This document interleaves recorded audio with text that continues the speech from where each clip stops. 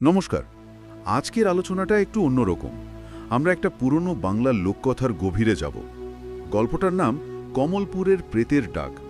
বেশ গা ছমছমে একটা ব্যাপার আছে এর মধ্যে। হ্যাঁ, লোককথাগুলোতে এই রহস্য, এই গা ছমছমে ভাবটা তো থাকেই। আর বাংলার লোককথার জগৎটা তো বিশাল। একদম। তো এই গল্পটা আমরা যেভাবে পেয়েছি সেভাবেই আপনাদের সামনে তুলে ধরব। এর উৎস একটাই কাহিনী। গল্পটা কমলপুর নামের একটা গ্রামকে ঘিরে।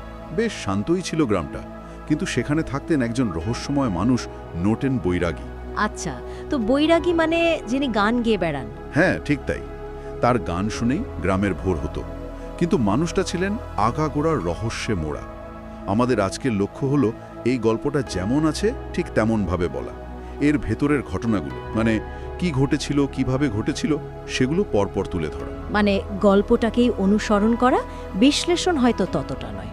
হ্যাঁ, গল্পটা শোনা যাক আগে, কারণ এর পড়তে পড়তে বাঁক আছে। শুরুটা ওই নোটন বৈরাগীকে দিয়ে। চলুন সেখানেই ফেরা যাক।